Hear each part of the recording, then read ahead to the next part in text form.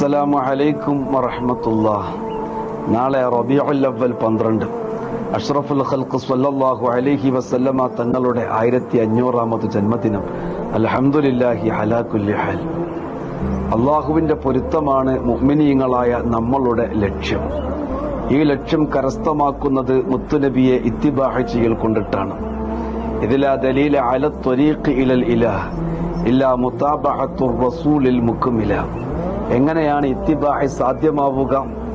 നബി സല്ലല്ലാഹു അലൈഹി വസല്ലമ തങ്ങളുടെ തിരുസുന്നത്തുകളെ നമ്മുടെ ജീവിതത്തിൽ പ്രായോഗികവൽക്കരിക്കുമ്പോഴാണ് ഇത്തിബാഹ് സാധ്യമാവുക.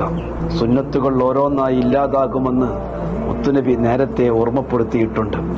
അത്തരം ഘട്ടത്തിൽ ആ സുന്നത്തുകളെ മുറുകെ പിടിക്കുന്നവന് 100 ഷഹീദിന്റെ കൂലിയും മുത്തുനബി വാഗ്ദാനം ചെയ്തിട്ടുണ്ട്. പ്രിയപ്പെട്ടവരെ, അവിടുത്തെ ഇത്തിബാഹ് ചെയ്യുക.